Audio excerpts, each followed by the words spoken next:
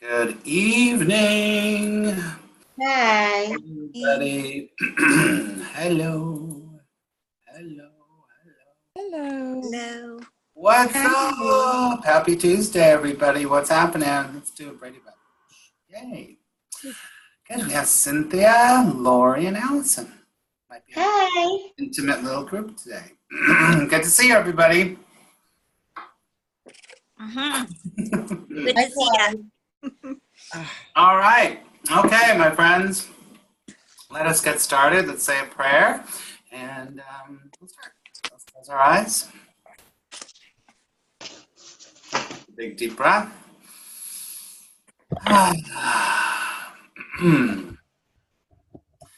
Dear Mother, Father, God, divine source, universe, all that is. We come together today with open hearts, open minds, and an open spirit. We allow today to be a time of love and support and guidance. And we ask that as we share today, we are more intimately connected with our divine source, and that everything that transpires today be of the highest vibration of love and the truth. We take a big deep breath. Together we say thank you very much. So Thank you very much. Oh, Aaron. Hello, Aaron. Hey. Okay, my friends. We are on page 28. Was there something's Who is it? Who's doing that? Is it me? Oh, let me hold on a second. I'm gonna do just everyone don't say anything. Okay, let me just do that. And la la la la la la la. Did it go away? Is it still there? It's Aaron. Okay, so Aaron, you can do two things. You can either leave and come back in and see, or you can mute yourself till you're ready to talk. Okay, I'm unmuting. I'll just come back in on my phone. It might work better. You want to do that? Yeah. Okay. All right. I'll be back. Okay. Bye. Okay. All right, everybody. Okay. So, great to see you. I think that we are on page 28, fear and conflict. Correct? Correct. Yeah. It's a highly highlighted section. It's a highly highlighted. Oh my God, there's a lot of good things in this. A lot of good ones in here. So that's what we're going to do today. There's a whole section that's all law of attraction. So, all right, the whole Course of Miracles is law of attraction, really. Do you know what I'm talking about? Oh yeah. Yeah. Actually, that's a good. Let's talk about that. Let's talk about articulating why A Course in Miracles is law of attraction. Let's do that for our share today. Why don't we do that?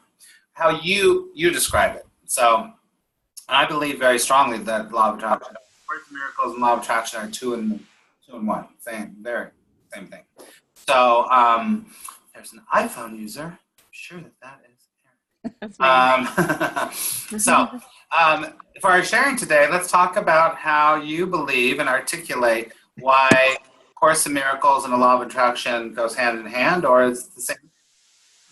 Hi, Carol. All right, good to see you, Carol. All right, so you know what? It's not fair for me to go first because I can articulate the hell out of it.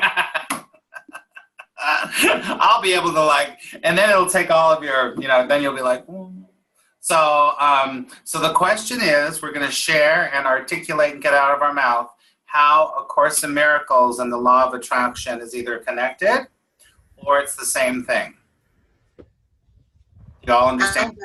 Go ahead, yeah. Lori. Yay, Lori. Go ahead. Well, my take on it is A Course in Miracles is, healing the separation. And as we do that and while we do that, and we come back to being one with God, then to me, we're fully abundant already. That's how I kind of look at it. Very good. Give her a round of applause. That was very well said, don't you think? Good job, Lori. Very well said. I like that, Lori. Very good. Thank you. Very good. I like it. There's a lot. Listen, there's a lot of ways that it is. So who's next? I'll go. Go ahead, Aaron. just the first thing that came to my mind was how they're both have so much to do with how powerful our minds are. Mm. So, we can create anything that we want. I've seen that in A Course in Miracles, and then echoes of that in Law of Attraction too. So Very good. I love that. Good job.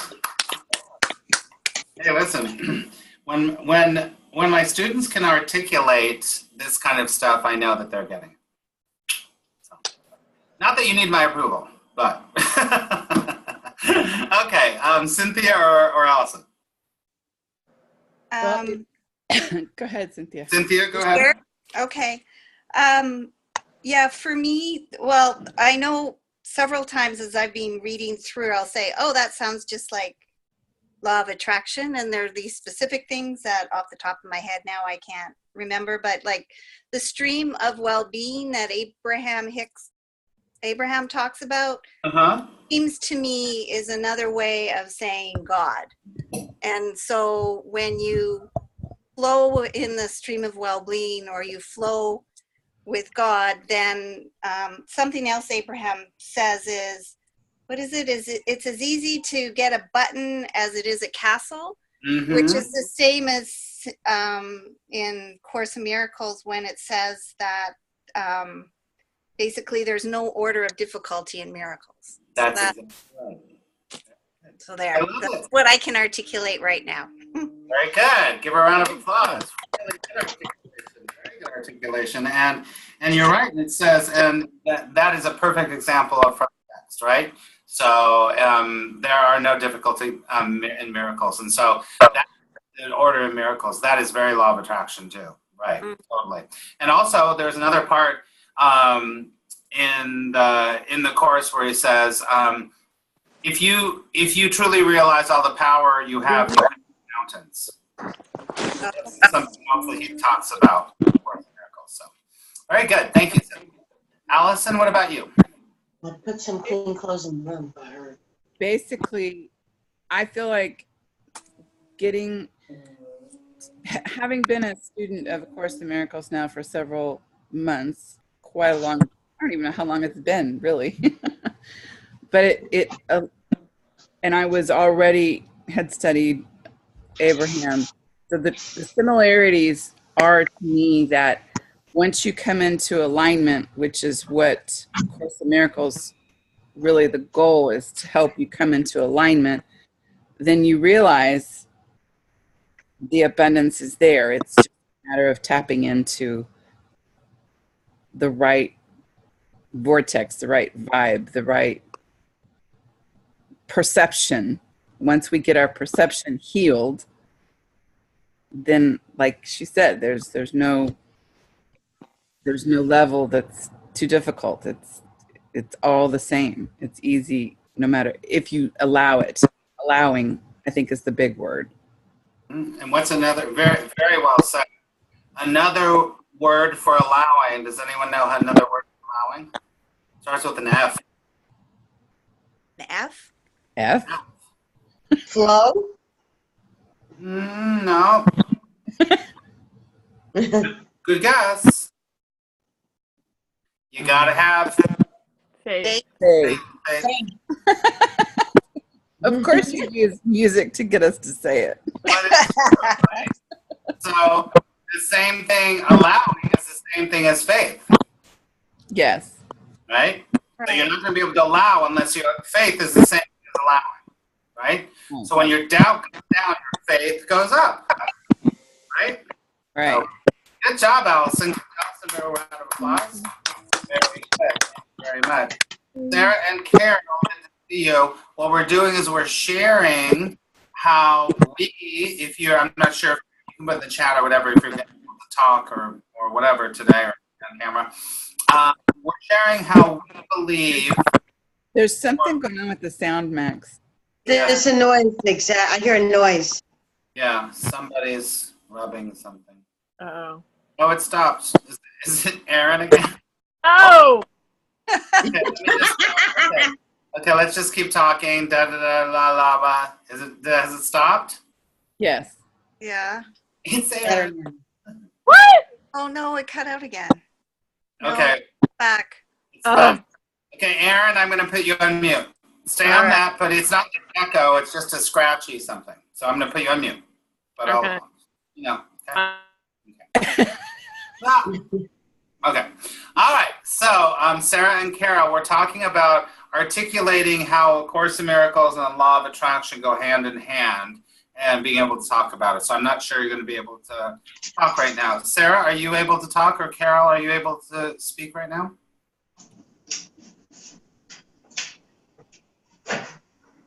You can unmute yourself or say yes or no. I can talk, I guess. Okay, great, Sarah, great. So did you understand what we're talking about?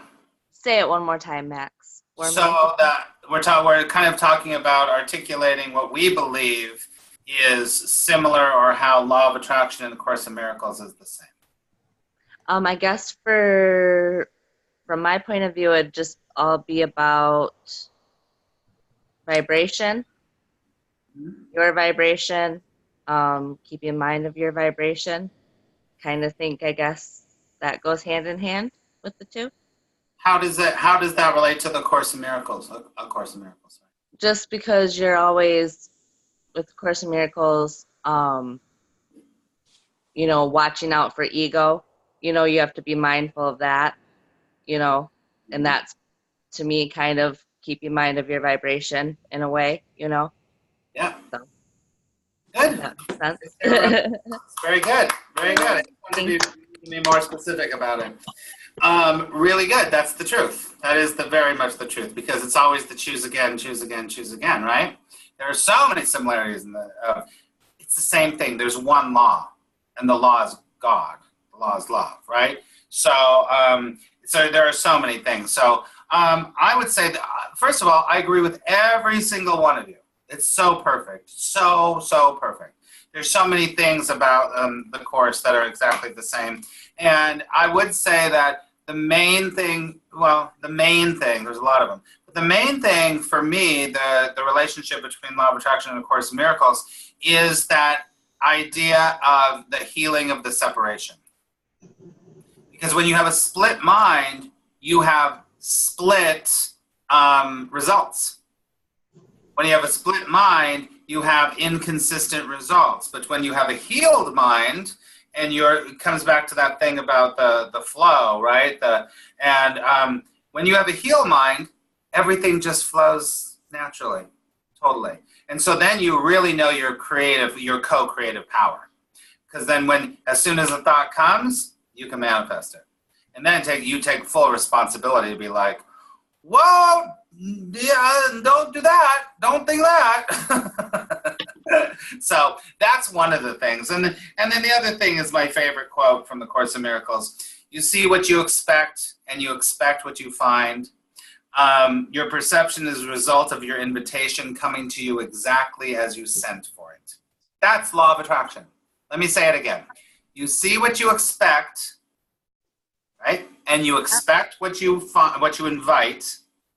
Your perception is the result of your invitation coming to you exactly as you sent for it. That's Law of Attraction. Yeah. So your underlying vibration, when you're like, I believe that men are pigs. I believe men are pigs. And that's the invitation that you're sending out to the universe, and it will come to you exactly as you sent for it. Because you're co-creating with God, and God's like, God or the universe is like, okay, I'll create exactly what you want, because your greatest power is your power of choice, right? So you can choose whatever you want to. So I just think that is completely the Law of Attraction. And then the next part, he says, remember always that you see what you seek, and what you seek, you will find. That's Law of Attraction. Do you get that? Yeah. Where ahead. is that? Sorry, where is that in the text? You should know by now my favorite part. I should. There's so many. Come on. I know. Every week you say. No, but this is my favorite. This is literally my favorite. Chapter 12, Section 7, Looking Within. Ooh. That section is my favorite. So many good things in there. But it really, it's the looking within section. Okay. It's really beautiful. Chapter 12, section 7. All right? Yeah. So read that for yourself. Read that for yourself. All right. Who is ready to read and discuss? Yes. Yep. Yes. Okay. All set. Here is the order for our reading today. It's how you shared. Me. Well, actually, I'll put me at the bottom. I'll put me at the bottom because it's the order that we shared. Lori, Aaron, Cynthia, Allison, Sarah, Max. Okay? All right. I'll remind you because I have the list here. All right. So we will start with Lori. She will start first because she shared first. And we're at fear and conflict at the bottom of 28. Are you ready, Lori? Okay.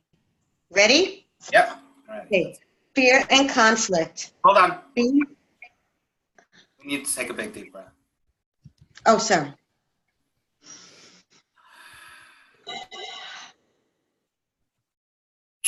Okay, let's go. Okay. Fear and conflict. Being afraid seems to be involuntary, something beyond your own control. Yet I have said already that only constructive acts should be involuntary. My control can take over everything that does not matter, while my guidance can direct everything that does if you so choose. Oh, read that line again, everyone. Read that line again, Lori. Okay. My control can take over everything that does not matter, while my guidance can direct everything that does if you so choose. Oh, isn't that good? Yeah. Okay. Yeah. Stop trying to control. That's the subtext of that line. Stop trying to control. Jesus got your back. Hashtag Jesus got your back. Stop trying to control all the shit. Okay. If you choose. That's big. If you choose. Big if, right? If you choose. Jesus, take the Wheel. Jesus, take the wheel. That's why that song's so good. Okay, keep going. Fear cannot be controlled by me, but it can be self-controlled. Fear prevents me from giving you my control. The presence of fear shows that you have raised body thoughts to the level of the mind. This removes them from my control and makes you feel personally responsible for them. This is an obvious confusion of levels. Oh boy. Oh boy. There's a lot of stuff in this one, right? Yeah. I want to say anything before we kind of break down some of this stuff. Oh, the woman with Sorry. the The woman with no voice. yes. What page are we on again? Oh, we're on 28. Thank you. That's all. We're Sorry. on 28. Bottom 28. Fear and conflict. Okay, thanks.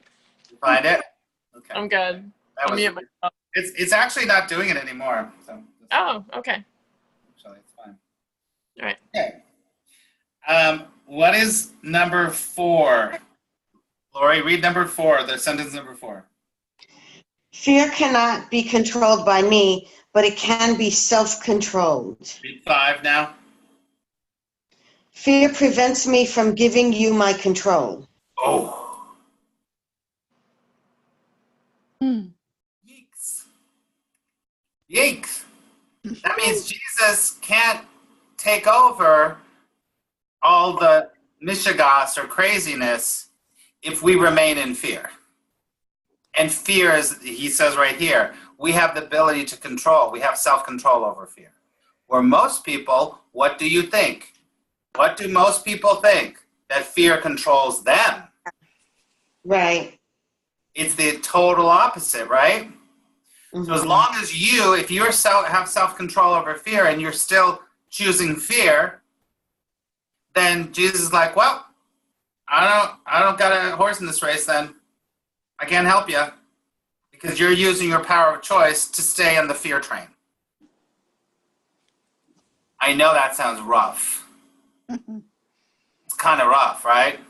Yeah. Mhm. But do you agree with that's what he's saying right there? Yep. Yeah. Makes sense. Reality. Because a lot of us, our ego will be like, you don't understand. I'm scared right now, and I'm really scared. And you're saying that I have control over this fear? Yeah. Yeah. Mhm.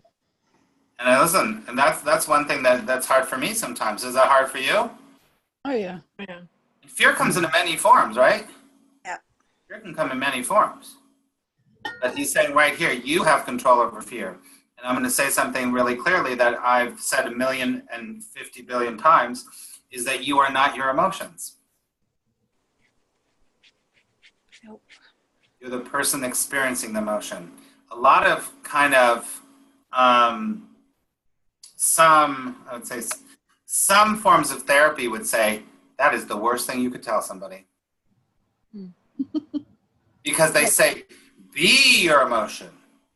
I used to do Gestalt therapy. Do y'all know what Gestalt therapy is?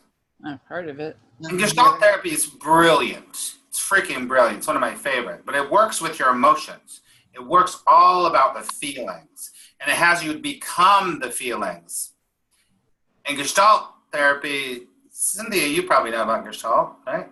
Yeah. Yeah. So Gestalt therapy, one of the ways that it heals you so much is that you relate so much to the emotion that you realize that you have an objectivity to it. Because it tells you to go into the emotion, into the emotion, into the emotion. And something happens in that, into the fear, into the guilt, into the craziness and the insanity, whatever. It tells you to go all the way into it to realize that it has no power over you. And that's the whole, I mean, that's my experience because I did Gestalt therapy for years. And it makes you go, wait a second, hold on. I've been running my whole life by this fear that I'm never going to be good enough for my family, my mother. And suddenly, if you go really into the fear, you realize, oh my God, I've been choosing to make that fear run my life instead. Does that make sense, everyone? Yeah, it's the whole Wizard of Oz thing again. It's the Wizard of Oz, Allison? Peeking behind the curtain. Yeah, but it's also that it has no power over you. Right. It's to release the power of the great almighty Oz. Yeah. Right?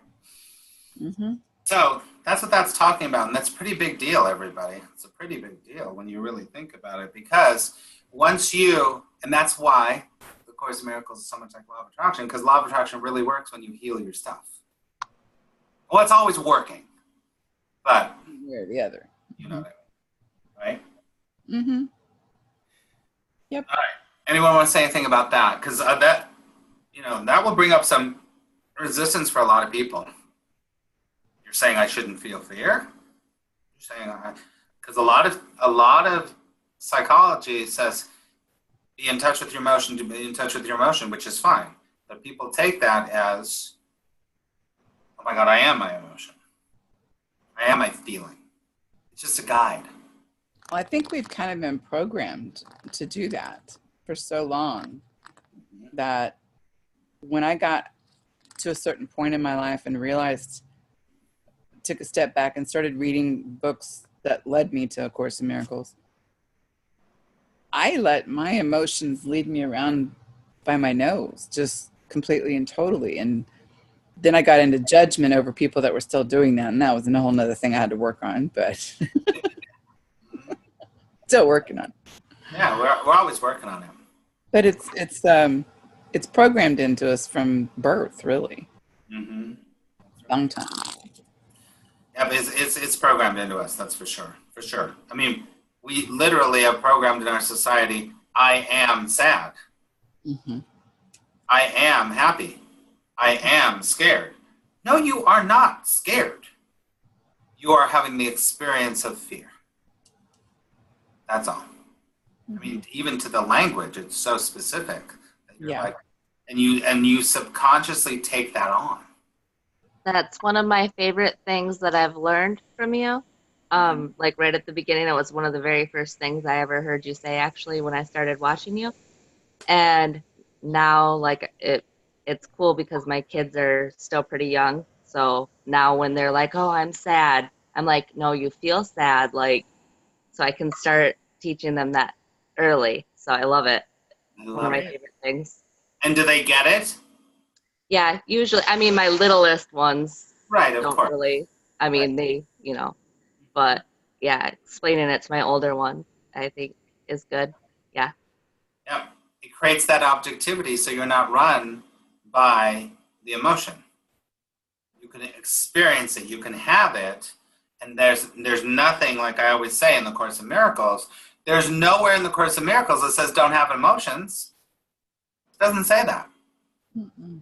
What it's saying, though, is be aware what you're doing with your emotions. Be aware. Right? Very good. Okay, we need to get to this next part because it's really, really important. We can't move on with it until we get this. So, Lori, can you read sentence 6 and 7? Because this is important. Yep. The presence of fear shows that you have raised body thoughts to the level of the mind. What does that mean? Who has wanted to take a stab at that? Well, just the same as we're not our emotions, we're not our body, and the feelings connect with the body. You feel. You're on it. So therefore it permeates thoughts that turn into thoughts of the mind that are fear thoughts.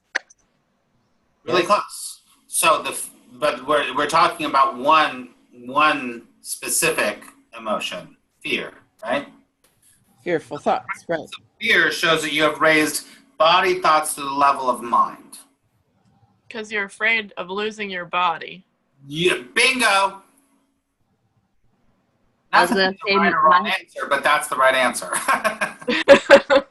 I was gonna say my best example is like when I ride in a car, especially around here on the icy roads. I used to always get so nervous that we were gonna get in an accident. I'd be so scared, so scared, so scared. And now, like when I'm in the car, I'm like, okay, well, if I were to get in an accident, it would be something that's supposed to happen anyways. So I would be okay. Or if I weren't okay, then it would be how it's supposed to be. So like I don't know, I feel a lot calmer about it, not so much anxiety while I'm in there. Very good, Sarah. And Aaron, that's exactly right, because everybody, if you trace any fear, worry, anxiety that you have, and if you keep going back and back to its source, you will inevitably find at its source, it's because you're afraid you're going to die. You're afraid that you're threatened, that something, your body is going to die. That make sense? Mm-hmm. That's why he says you have raised the body thoughts to the level of mind. So you're scared in your mind that you're going to die, but the mind will never die. The mind goes on and on and on without the body, right? Make sense? So that's important. So the next line is this removes them from my control. The thoughts of fear from my control. When you're afraid of like, I'm going to die, that removes it from Jesus taking over because you have such a control over it that you can't hand it over to him to heal those thoughts. Right? Does that make sense? Yep. And makes you feel personally responsible for those thoughts. So you're like, I'm the one that's generating the fear. Something's wrong with me. My essential self is wrong. I'm bad. Right? So this is a confusion of levels is the next line. And the confusion of levels is that, really, I think we've talked about it here before, is that there's only what? Love. One Yeah. love. Right. So you get all confused, like, well, maybe I'll die, but maybe I won't. But maybe I'll keep this, it's like all these different, but there's only Love. talking a lot tonight. I just want to ask. What are you thinking about any of this? Hi, Carol. Welcome back. Cool. We keep reading? Mm-hmm. Okay, let's keep going. Aaron, you are going to read number 2, please. Okay. Okay. I do not foster level confusion, but you must choose to correct it. You would not excuse insane behavior on your part by saying you could not help it. That's a good line. Why should you condone insane thinking? There is a confusion here that you would do well to look at clearly.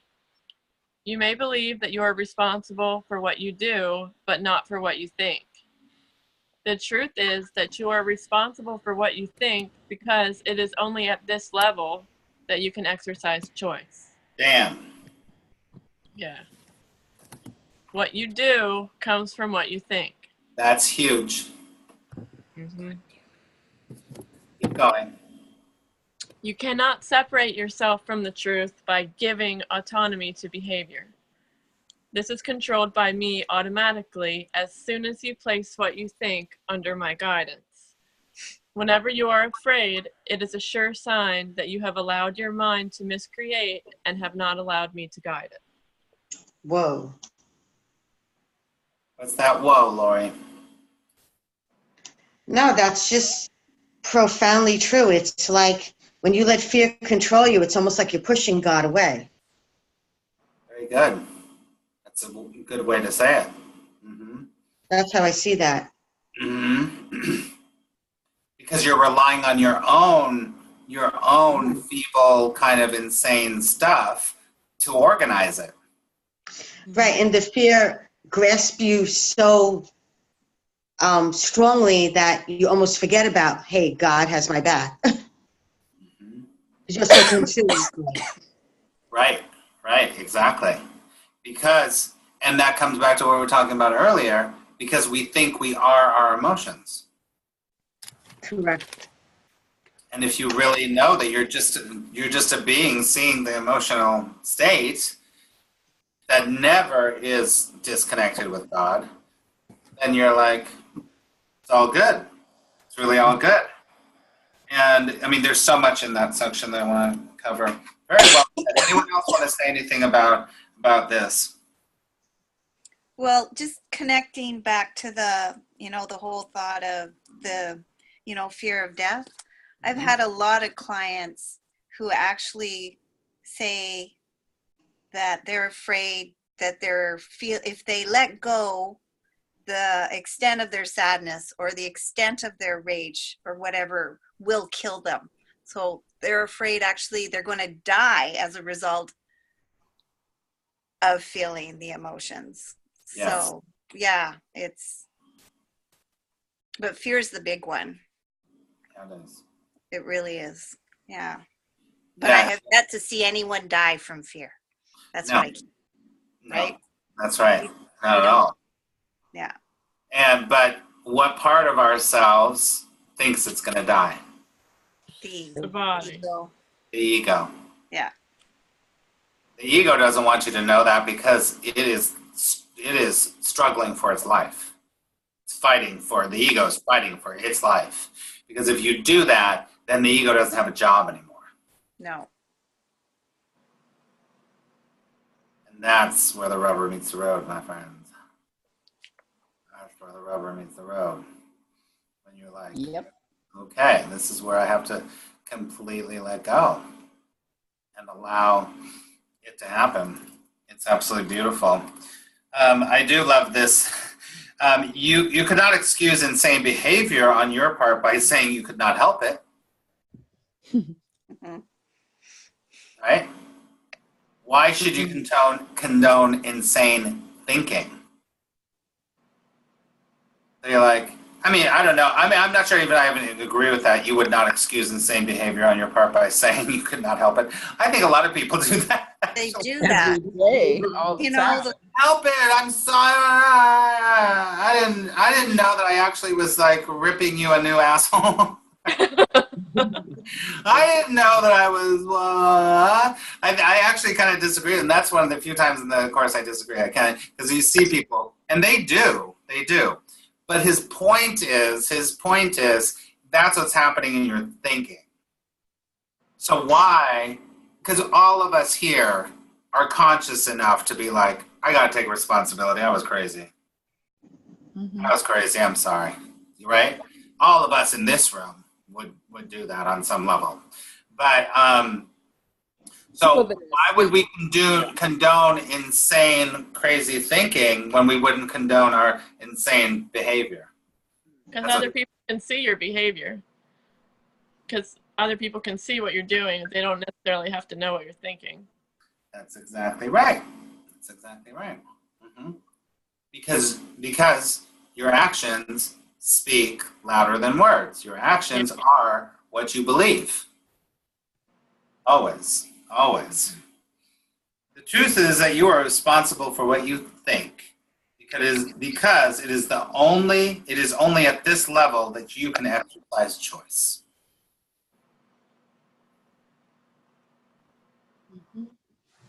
Doesn't that theme come up over and over and over and over? Yep. Yep. So, okay. Read 9 and 10 again, Aaron. This is controlled by me automatically as soon as you place what you think under my guidance. Whenever you are afraid, it is a sure sign that you have allowed your mind to miscreate and have not allowed me to guide it. So that comes back to that whole thing of hand it over. Just hand it over. You don't have any control. Hand it over. The only thing you have control of is what you are choosing to focus on. And everything else, all the other stuff, I forget what he said earlier, but all the other stuff is you hand it over to Jesus, he'll take care of it. It'll all be taken care of. But you have to make the choice to hand it over. Let's keep reading. Cynthia, can you read number 3, please? Yeah. It is pointless to believe that controlling the outcome of misthought can result in healing. That's a really good line. It is. That really is. What do we do all the time? Totally. Cynthia, read that again and give me an example of what that means, because that's big. It is pointless to believe that controlling the outcome of misthought can result in healing. What does that mean? In like everyday terms. What is the result of misthought? The outcome of misthought. To me, it's your behavior. Okay. Or you can control someone else's behavior. Mm-hmm. Or the way they think, or something like that. Something that's totally out of your control and expecting that to be healing. It's just not. Right. I'm thinking of like one of my good friends, her mom just went into hospital and she can't control what's going to happen with her mom. And so she's running around trying to control everything else. And all it's doing is ramping her up more. And she's feeling more and more anxious and agitated. That's a good example. Because and listen, the outcome of misthought actually is probably health. Of course, miracle. Yeah. Or dis-ease, right? So that's an outcome of misthought. So running around trying to be like, it's kind of like working on the symptom rather than the cause. Yeah, it's exactly. Yeah. We do it all the time. Yeah. And we do it all the time. It's pretty powerful. Keep reading. Read that again and keep going. Okay. It is pointless to believe that controlling the outcome of misthought can result in healing. When you are fearful, you have chosen wrongly. That is why you feel responsible for it. Aha! Well, we made the choice, so I guess that is our responsibility, right? It is. Yeah. You must change your mind, not your behavior, and this is a matter of willingness. You do not need guidance except at the mind level. Correction belongs only at the level where change is possible.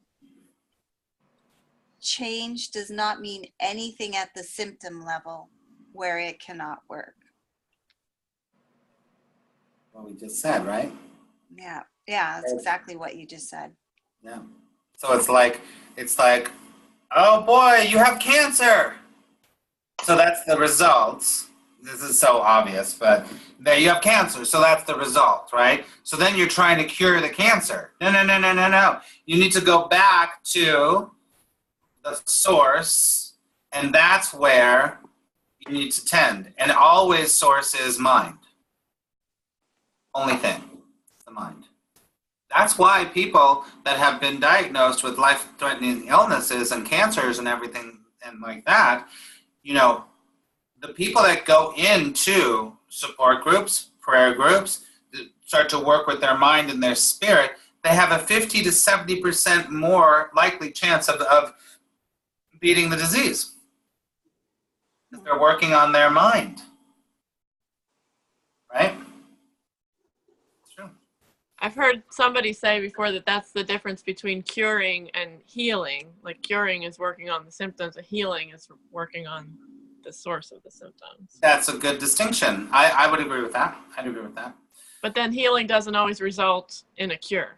Yes. Yeah, So, I'm kind of just thinking that, right? Yeah. What we really want to do, silly rabbit, what we really want to do is transcend so that healing isn't even needed. To see beyond the body, to have a relationship beyond the problem. Mm-hmm. That's true transcending. Transcending is the best kind of healing. Mm-hmm. Because then you're not giving any power to this thing called cancer. Transcended it, right? That's kind of the Gestalt therapy, right? So that you can be like, there's cancer there. I see cancer there. That's great.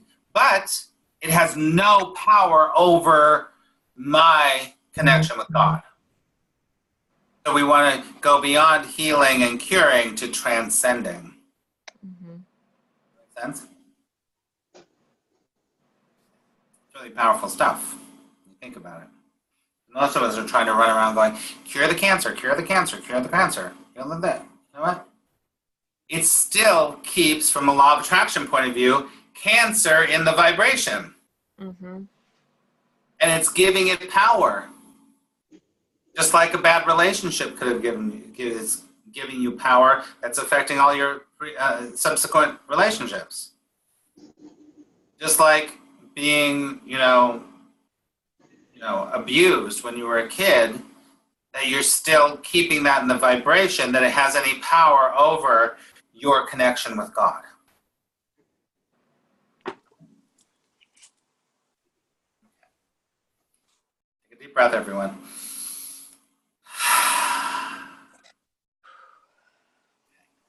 Let's keep going. Allison, can you read number 4 for us, please? Sure. The correction of fear is your responsibility. When you ask for release from fear, you are implying that it is not. Ooh. That's pretty, wow. Keep going, because it's better. Keep going. Yes, sir. You should ask instead for help in the conditions that have brought the fear about. That's a great distinction. These conditions always entail a willingness to be separate. At that level, you can help it. You are much too tolerant of mind wandering and are passively condoning your mind's miscreations. Boom! Drop the mic. Yeah? Yeah. Mine is like underlined 3 times right there. It starred like 6 times. Read it again because this is so big in the chorus. Read number 6 again. Okay.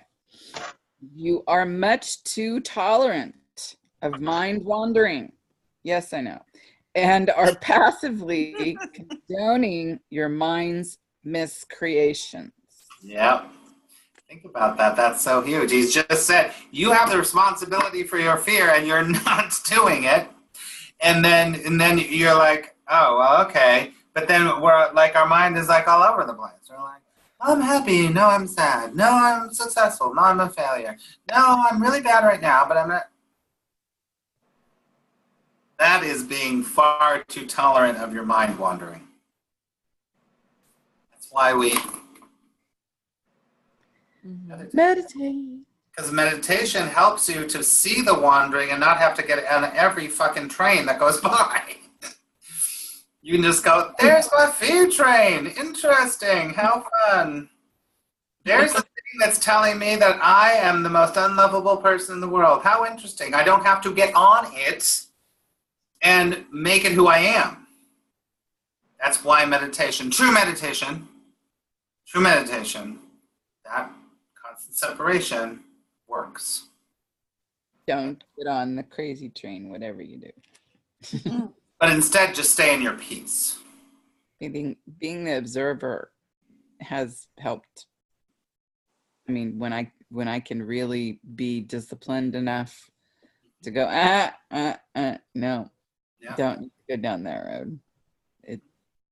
It's interesting now to see it that way. Right. And I know Sarah has brought that up quite a few times about the observer thing has been key for her too. Mm-hmm. Step back. It's huge. I just have to say that because this is one of my this whole section is so good. So Yeah. Read from number 6 all the way to the end now. Okay. You are much too tolerant of mind wandering and are passively condoning your mind's miscreations. The particular result does not matter, but the fundamental error does. The correction is always the same. Before you choose to do anything, ask me if your choice is in accord with mine. If you are sure that it is, there will be no fear. Just ask. That's all. It's so simple. It's so simple, right, everybody? Yep. I mean, really, the correction is always the same. Before you choose to do anything, not just before you choose to do your big things, the little things, whatever. Before you choose to do anything, but I'll say, especially the big things, you ask. You literally ask, Jesus, if your choice is in accord with mine, is this choice? So, because it's always, I'll tell you this, when you are having a battle between, should I do this, should I do that, right? Should I do this, should I do that? It's always because the ego is trying to hold you back from doing what it says here. Yep. Make sense? Oh, yeah. Because the ego's like, oh no, because I really think that if you took that job, it would, you'd be too tired, and you'd blah, blah, blah, blah. But then there's another part of you that's like, kind of sounds like an adventure, and kind of like fun. And it's like, oh no, but you can't be responsible because blah, blah, blah, blah, blah. And then you're like, well, maybe I should, maybe I should. Your truth is being guided by Jesus and by God. But you're like having this battle, right? So just stop and just say, okay, is not taking this job in accordance with you, in agreement with you, Jesus? And then you shut the fuck up and eat. And then you will feel, you'll go, I'm honest, I'm not supposed to do that job. I can feel it. Or whatever it happens to be. Yeah. Right? I just love that we can talk like that in this class. I know this isn't a Bible study, but it feels like it sometimes because it's so spiritual. So I don't know why. I just felt like I needed.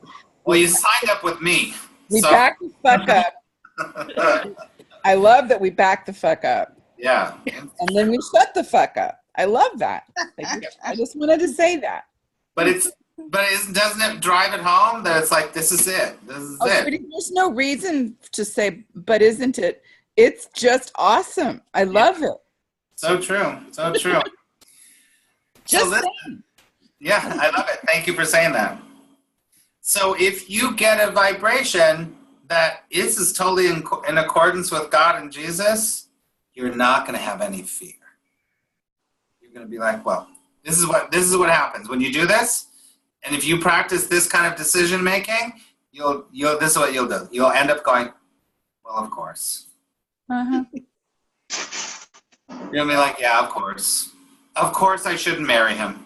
I hear Of course I should marry him. Whatever happens to be. You will have that feeling. And it feels like relief. And it doesn't feel like fear. Because if you're making a choice and you're still feeling fear. Now there's a difference. Let me say this really quickly, just to get a little nitpicky. Sometimes there's that excitement fear. That, I don't know, that unknown, like I'm stepping off a cliff into buying a new house. And, part of you is like, I don't know, but you're like, that will take you to the next part of your dream in your life. That's not the fear we're talking about, right? It's that, oh shit, I did something wrong. Oh my God, I don't want to do anything wrong. That kind of fear. Very different. You know the difference, everybody? Or the confusion. Like, what do I do? I don't know what to do. Yeah, and that's when you have to ask. Right? Mm-hmm. And you're right. The confusion can ignite fear. Because you're so wrong decision. I'm going to lose everything. Because you have to make the right decision. You don't have to make any decision. I know. You just have to check in with your GPS, which is GESUS. And go, okay, GESUS, are you going to take me that way? Okay, we'll go that way. Right? Love it. My God, good discussion. Whoa, I knew it. We're not going to do this. We're not going to get done. I turned over the page and I was like, well, we got a lot more to go. The law of attraction part's at the end. Okay, let's read through. Let's keep reading. So, Allison, you just read, right? Yes. Okay. Sarah, can you read? Okay. Yeah, I can read. Okay, so I want like you to read number 5 for us, if you could. Okay. Fear is always a sign of strain, arising whenever what you want conflicts with what you do. Ooh, that's so good. This situation arises in 2 ways. First, you can choose to do conflicting things, either simultaneously or successfully. I can't even speak. Successively. There we go. This produces conflicted behavior, which is intolerable to you because the part of the mind that wants to do something else is outraged. What part of the mind is that? The ego. The ego. Second, you can behave as you think you should, but without entirely wanting to do so. This produces consistent behavior, but entails great strain. In both cases, the mind and the behavior are out of accord, resulting in a situation in which you are doing what you do not wholly want to do. Wait, I'm sorry. Resulting in a situation in which you are doing what you do not wholly want to do. You do not wholly want to do. Right. This arouses a sense of coercion. I can't say that word either. That usually produces rage, and projection is likely to follow. Okay, let's just stop. This is kind of complicated, right? We need to kind of break this down. So let's go back to the other page. Let's just break this down. And then I'm going to have you read a little bit, Sarah, because we need to really understand these two things. Fear is always a sign of strain arising whenever what you want conflicts with what you do. Right? So if you're jumping over the edge and you don't really want to, fear is going to come up. Right? If you're pushing if you are you're right. So your action, you're doing something, but you don't really want to do it. That's a recipe for fear. Sense? That's what he's saying here. That's all I'm saying. Okay? This situation arises in two ways. First, you can choose to do conflicting things either simultaneously or consecutively. So remember, to do things. Remember, he says what you want and what you do, when there's a conflict in that. So you can be like, okay, I'm trying to think of, you can take two actions at the same time that don't feel right, that you don't want to do. Or you can do one thing you don't want to do, and then you'll take another thing you want to do, and you'll do them. Does that make sense? So either simultaneously or consecutively. Successively. Okay? So it's like, does that make sense? So it's how you take actions that you don't want to do. Am I right? Like if you're trying to lose weight and you keep eating crap, or you're trying to quit drinking and you keep drinking a bottle of wine, it's something like, you know what it's conflicting, right? Yeah. Is that what you're trying to say? Right. Yeah, exactly. You don't really want to do it, but you keep doing it. So fear will come up. That's a good example. So you can either have two bottles of wine, or you can just have one. As I have a glass of wine right here. You know what I mean, like an alcoholic that's trying to give it up. Right. Because you can trick yourself into being like, well, I'll just do one at a time. I don't really want to do it, but I'll just do it. That's a perfect example. Okay. That's the perfect example. Very good. Okay, so this, if you do that, produces conflicting behavior, which is intolerable to you because the part of the mind that wants to do something else is outraged. I said I was going to quit drinking. And now I'm freaking mad because I'm doing something I didn't want to do, and you're outraged. Right? Yeah. Or I said that I was never going to say yes to that person because of years of abuse, and you said yes, and you said yes again, and the other part of you is like, I said I wasn't going to. Right? Now, is that the ego yelling at you? Probably. Well, just think about it like this. It's the split mind. It feels like it. It's not the healed, whole mind. The healed, whole mind and right-mindedness would never make those decisions anyway. Wouldn't do that. Yeah. But when it's split off, it's like, oh, you can do this, only a certain scent. Oh, no, I said you wouldn't do that. You'd only have one cigarette, now you have 5. Oh! Yeah. Right? It could be a million things. It could be, I told myself forever that I wasn't going to have another relationship where somebody abused me or didn't care about me, and you get right back in it, and the other part of your mind goes, oh, damn it, I said I wasn't going to do that. Kind of like fodder for the ego. I knew you were going to do that. Yeah, yes. Right, exactly. Okay. Mm-hmm. It's fodder for it. It's like food. It feeds the ego when you do that. Feeds it. Okay, so this produces conflicted behavior, which is intolerable to you because the part of the mind that wants to do something else is outraged. We all get it, right? Sorry, I have to just break this down myself really quickly just so you all get it. And it's really important. So second, you can behave as you think you should, but without entirely wanting to do so. So, Okay, I'm supposed to be nice. I don't really want to, but I'll do it anyway. Oh, I know I'm not supposed to drink, so I won't drink because I'm supposed to, right? Then fear comes up, okay? Make sense? Yeah. Yeah. That's the other thing. So Sounds this, appealing. so without entirely wanting to do so. This produces consistent behavior, but entails great strain, meaning fake it till you make it, pretend you're already healed, pretend you're already blah, blah, blah, blah, blah, blah, blah. Just don't, have you ever heard of a dry drunk? Yeah. That's the dry drunk syndrome. Mm-hmm. You keep not drinking, but the part of you is always wanting to have the drink. It's begrudging, yeah. Right.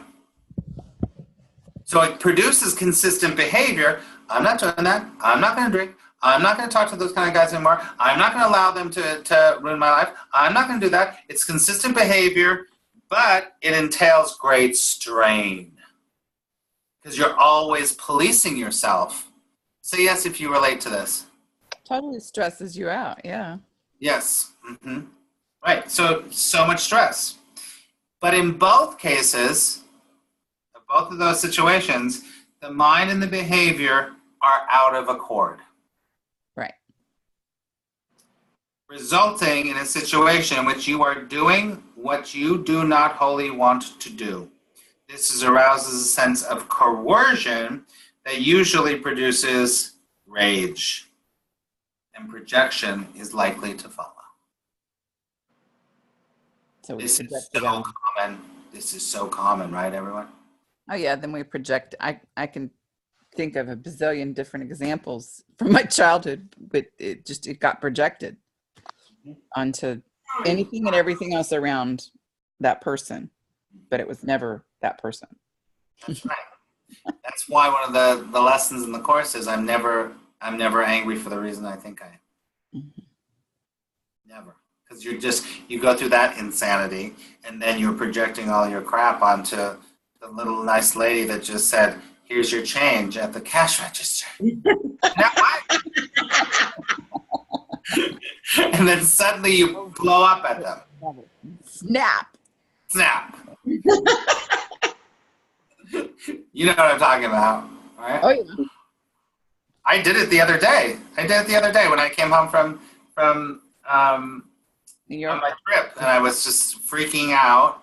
I was so stressed out and everything that I totally projected all of my stress onto this situation. And of course, it made it 10 times worse, right? So I had to yell at somebody. And then I'm like, look at me projecting all my stress onto those people. How interesting.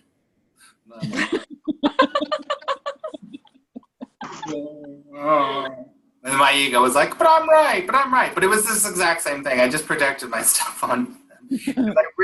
I really did not want to wait for an hour and a half in the fucking bus line. And then when I got in, and then someone was like, you should let her in because she's been waiting longer than you. And I could tell you, I was waiting much longer than another woman. That's when I was like, fine.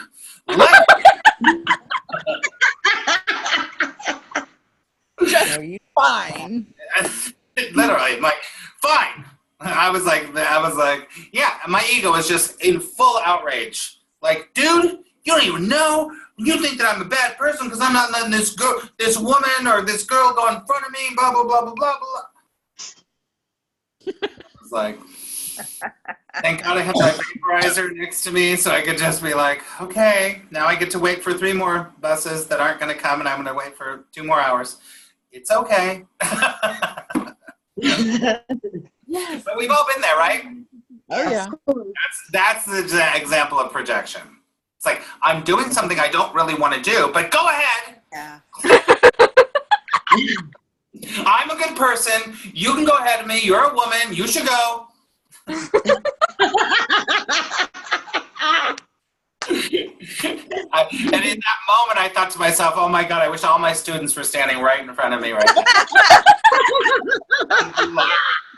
He'd be like, really? Project that? Got peace, Max?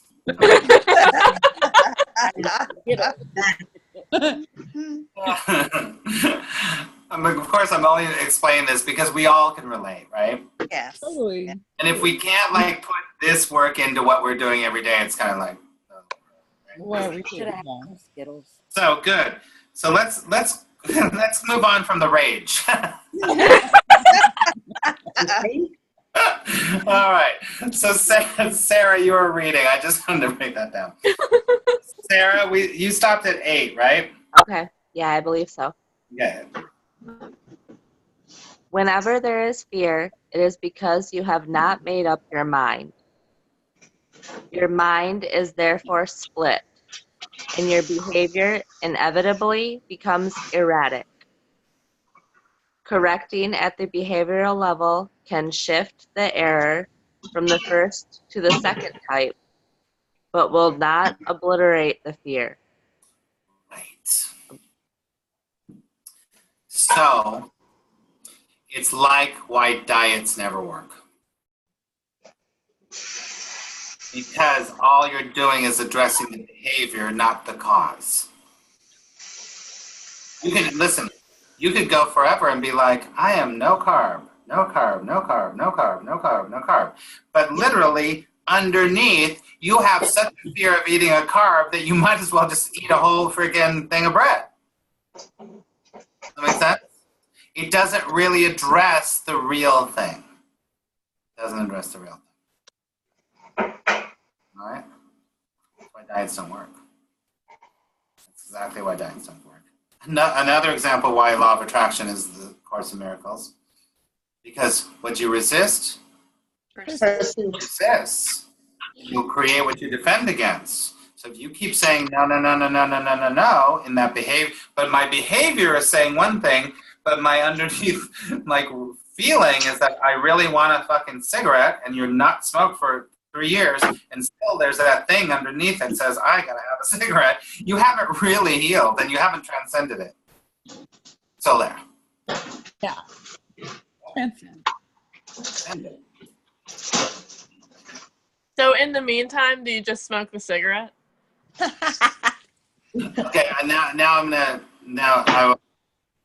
this is important. It comes back to lesson 2. Y'all remember lesson 2? I am giving everything the meaning it has for me.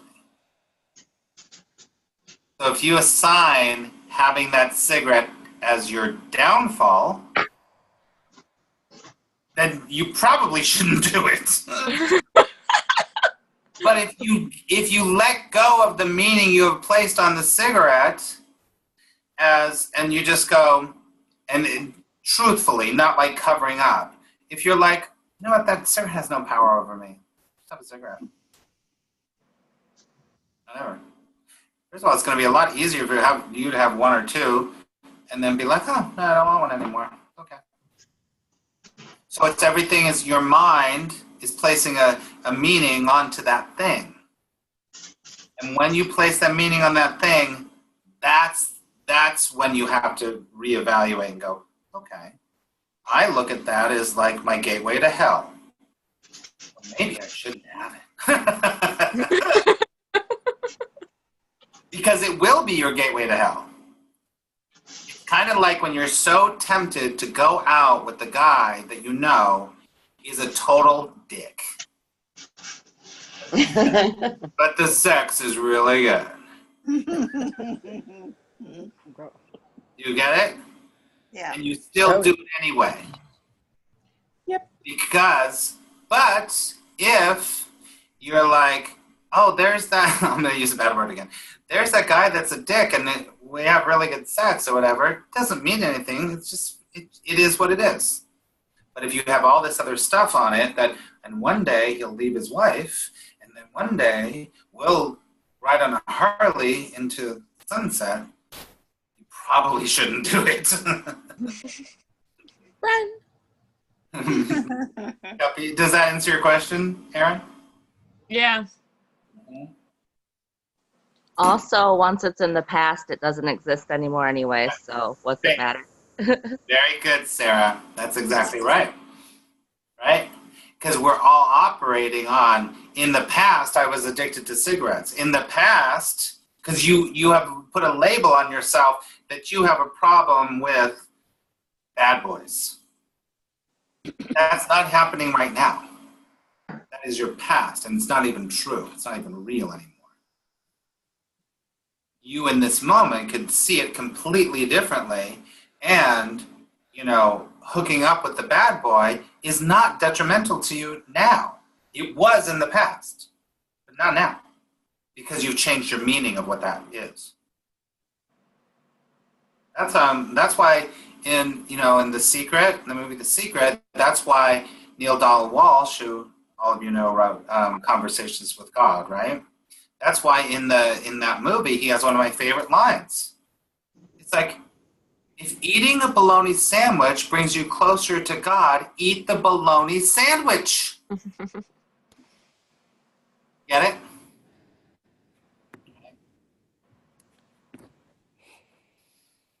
I think we're going to stop there. I think we'll stop there. What do you think? Yeah. Yeah. Yeah, it's pretty dense. Dense. It's dense. Dense and intense. And what? Dense and intense. And intense. But so informative, right? Yeah. I love it. Yeah. Really informative. I'm really going to encourage you, and read forward. I always encourage you to reread this, because then it'll really sink in when you read it, because there's so much to it. But this is really about that fake it till you make it, denial, all that stuff. It's really hard. Fake it till you make it only works to a certain point. And also, one of the things that I always say is that fake it till you make it, one of the fundamental problems with fake it till you make it is that you're telling yourself you're a liar. And that's not a good thing. No. That's why Neville Goddard says, you don't fake it till you make it, you just are it. You just become it. With the co-creative of God, which is your imagination, you already are the person in the relationship. You already are that. You don't fake it, you just are it. That takes work and a whole other. That's a whole nother. Yeah. But remember everybody, you see what you expect and you expect what you invite. Perception comes to you exactly as a result of your invitation coming to you exactly as you sent for it. That's the co-creative power of God. Take a big deep breath, everyone.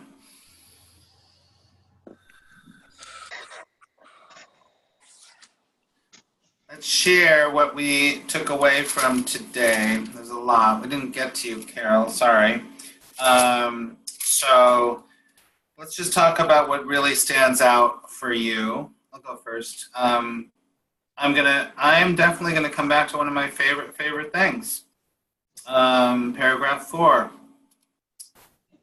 You are much too tolerant of mind wandering and are passively conditioning your mind to miscreations. Yeah. And I will say this as a caveat to that, is that my ego can use that really well too. You're stupid, your mind is wandering, something's wrong with you, you better get it together. You gotta be really aware of that. But it's always a good thing.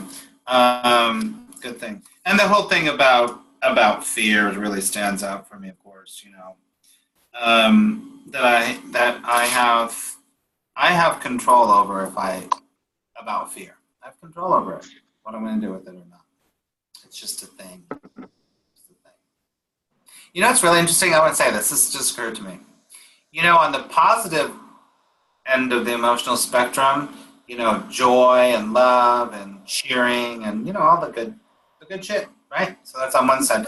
And then there's the fear and depression, anxiety and craziness and blah, blah, blah. You know what we tend to do? We tend to think that we have control over our happiness and the joy and all that, but we don't have control over the depression and the anxiety and the fear. As a whole, basically, yeah, that's true. Right?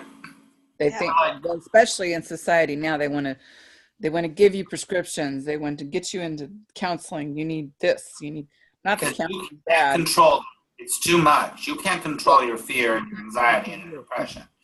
But you can choose to be happy if you want to.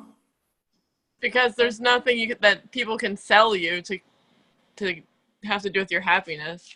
Oh, well, I think there's a lot of things that they can sell you to make you happy. There's a whole industry based on it. Yeah. But it is an interesting just how psychology works, right? Mm-hmm. We give all the power to the negative end of the stick. We have no control over that. But it's like, but you're like, I'm happy. Something happens. Oh, I'm not happy anymore. Shit. But you could literally be in a depression and being like, I'm so depressed. And then you see a funny movie or someone bright and sunny comes in around and you're like, I'm sorry, I'm depressed. I gotta say. Right? But it's the same thing. It's the same thing. It's all a choice. Because the ego wants to keep you on that end of the stick. That's my Just wanted to say favorite. that. What's your favorite? What are you sharing? My favorite from tonight, and this is going on an index card. Last week it was the thing on number 18. I'm here only for whatever, but this one is number 4, paragraph 4, 9. Before you choose to do anything, ask me already. That's I forget. Yeah. Quite honestly. That's why we're reading this book. Yeah. Good. Thank you, Allison. Good. Who's next? I'll go. Good, Lori. I just wrote this down. Okay, this is what I'm taking away. When we give fear power, it separates us from God because we are focusing on the fear rather than the cause, which God is able to help us with. Very beautifully said. Perfect. Thank you, Lori. That's really nice. And it's great that you put in your own words. That it shows that your processing works. Thank you, Lori. Thank you. Good. Who's next? Well, my favorite was yours, Max, but then my second was, whenever you are afraid, it is a sure sign that you have allowed your mind to miscreate and have not allowed me to guide it. So you could rewrite fear as, oh, right, this means I'm miscreating, as opposed to, oh, no, this means I'm going to die or the world's going to end. Yeah. Right? You could redefine fear with that line. Yeah, you which can I would be helpful. Right. You can reframe it. Yeah. Yeah. I like that. It's very constructive and reframing. I like it. Thank you, Cynthia. Beautiful. Who's next? I think mine is something that you just said, Max, and it's that whenever the whole thing about the mind wandering can be used as ego fodder too, like, because I've just, since learning about like law of attraction and this kind of stuff and trying to be mindful of what I'm thinking, I noticed that if I'm thinking something like negative, I'm like, oh crap, like I don't want to attract that. So it gets to be this like, oh crap, and I'm sure that's not good. So yeah, that's probably what struck home for me the most, is that's your ego too kicking in. Beautiful. Good, Erin. And you know what? Just, to coach you a little bit on that is that, at the beginning when we come to that work, everyone's going to do that. You're like, oh, I'm not supposed to think that. That's okay. That's okay. You will develop a finessing with your feelings that feels more in line, that feels smoother. You will. Because your awareness is just coming up. And it will. So it will use that as fodder, as like, oh no, you're not supposed to do that. No, you're really gonna right? So good. Thank you, Erin. Sarah or Carol? I can go. Good, Sarah. I don't know. Except I just lost what I was. Oh, In paragraph 3 there, just about not asking for the fear to go away, but asking for what the source of the fear is to be able to heal it. Beautiful. I like that. Yeah, thank you. We didn't really talk about that, and that is a good point too. It's kind of like that kind of idea that once the gun is out of the holster and out here, it's like too late. But there is a situation and circumstances that brought up pulling the gun out, right? And that's it's much more beneficial to deal with the cause instead of the symptom as the gun. Good. Thank you, Sarah. I love that. Kind of preemptive before the. Carol, what would you like to say? I haven't heard from you at all tonight. What would you like to say that stood out for you?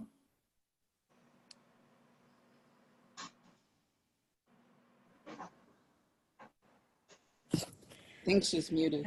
I'm night. Oh no, there she is. Well, I want to kill my sister, but I'm not gonna. No. No, Can you talk about that in this chapter? Don't want to know. It's causing you strain, Carol. Oh God. Carol, I mean, she's gonna have rage. go ahead, Carol. It's her birthday, and she can just cry all she wants. No, Aw.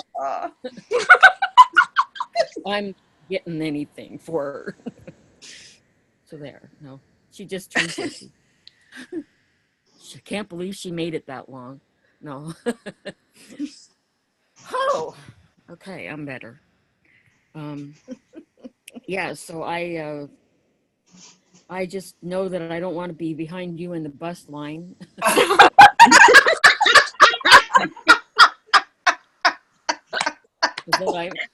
better.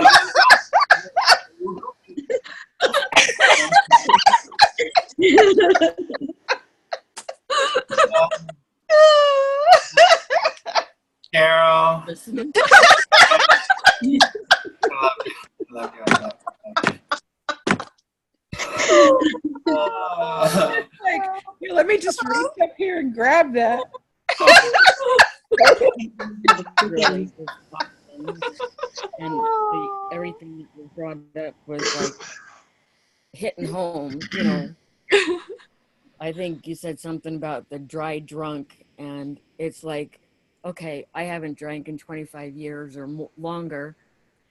Part of me wants to, the other part says, no, you don't really need to.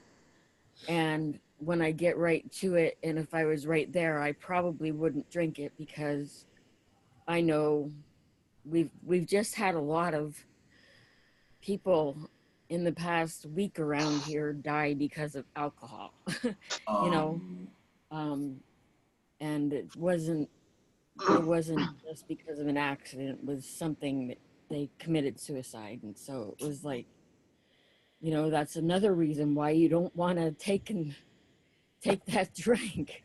You know, I mean, this was a good friend that we've had since my nephew was 3, you know, and it's just, yeah, you know, that just makes it all the more reason not to have that drink. You know, and besides, I've determined I'm allergic to alcohol. Well, the truth is that most alcoholics are allergic to alcohol. Do you know that? I really believe that I am, though, because my throat swells up and I'm coughing like crazy. But yeah, let's have some more. Yeah. You know, it's so good. Let's throw some tomato juice in it. It won't cover it, you know. So just don't need it. Good. And there's just been a lot of angry words said, and it's just not fair. You know, I don't know. My nephew doesn't know whether to basically, as I don't know if there's an expression, shit or get off the pot, you know. He's just kind of like stuck. No, Bobo, get off the pot. That's what I want to say, you know. But yeah, it was his good friend, and they have a 6-month-old. So that baby has to go around without a mom now. Oh, I'm So, sorry. so sorry. so as far as the alcohol goes, you can offer me a drink 100 times, and I'd say no. Thank you very much. But I'm not going to wear a sign that says, "Don't give me a drink." You know. Right. Very good. That's a good adjustment. And I do want to say this, is that, you know, what this is really teaching is like really deep, high level stuff. You know, he even says in here is that it will, if you're like, you still want the drink and you're saying not to do it, it says that it will cause strain, but he doesn't say he never says don't do it that way. Never. But if that's what helps you, then do it that way. Does that make sense, everybody?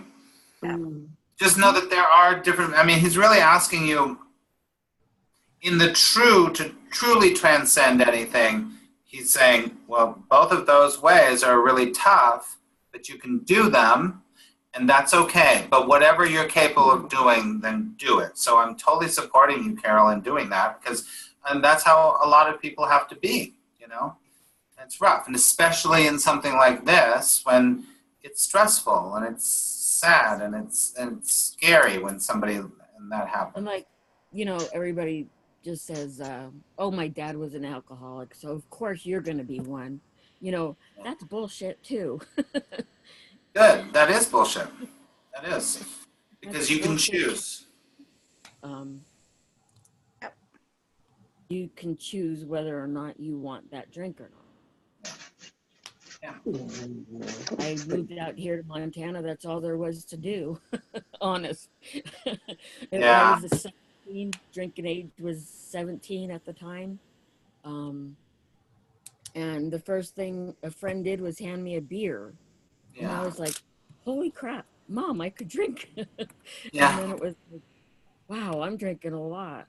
And then it was like, DUI, maybe? You know? Yeah. It was no more. You know.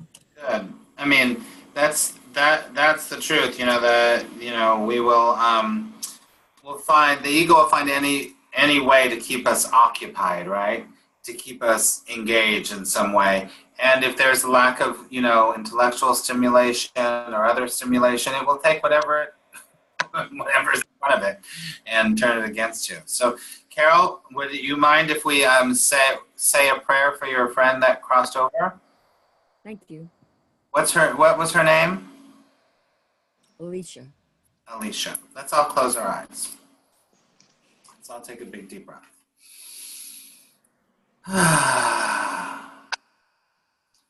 Dear God, in this moment, we see our beautiful sister Alicia transcended into non-physical. We see her whole and healed and happy, and we allow ourselves to hold a place in our hearts of love, of acceptance, and of joy for Alicia on her journey. And we surround all of the people that she left behind, her husband, her daughter, anyone that loved her or was in her realm of existence. We surround them with love right now, including our friend Carol.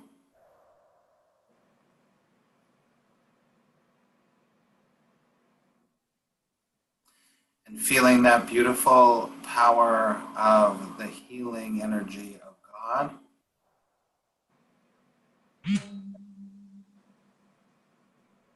Deep breath.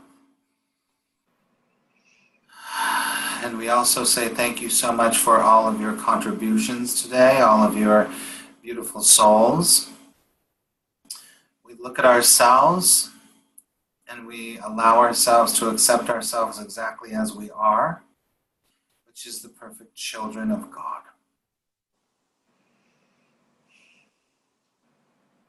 We know that as we walk into this week, if we feel fear, all we have to do is to bring God into the situation, bring Jesus into the situation, and ask which direction that they would have us go. We ask that as we go into this week, we are a little bit more loving, a little bit more kind, a little bit more gentle, and a little bit more compassionate to ourselves, to others, and to the world and to the planet Earth. Take a big deep breath. Together we say thank you very much, and so it is. Thank you everybody so much. That was a beautiful talk. That was really nice. Does anyone want to say anything before we wrap up completely? Thank you. Thank you. Okay. Awesome. Thanks, Max. Thank you. All right. I love you all so much. I will talk to you later. Bye, everybody.